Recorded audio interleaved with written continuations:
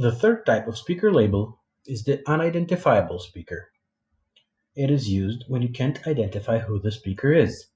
Common uses of this speaker label are when you hear a crowd cheering or chanting like this.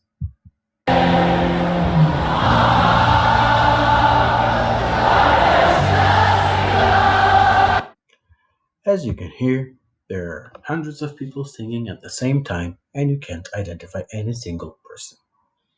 Another possible use of this speaker label is when you hear speech from a single person but you can't be sure of who spoke.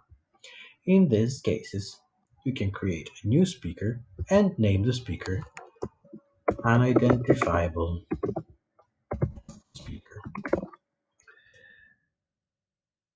In any given task, there can only be one unidentifiable speaker label, and this speaker label does not include numbers. So, putting an unidentifiable speaker 1 would be a mistake.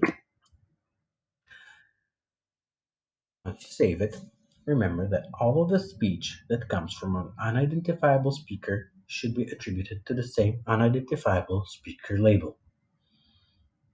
Remember that for this speaker label too, all of the letters in the speaker label should be in lowercase.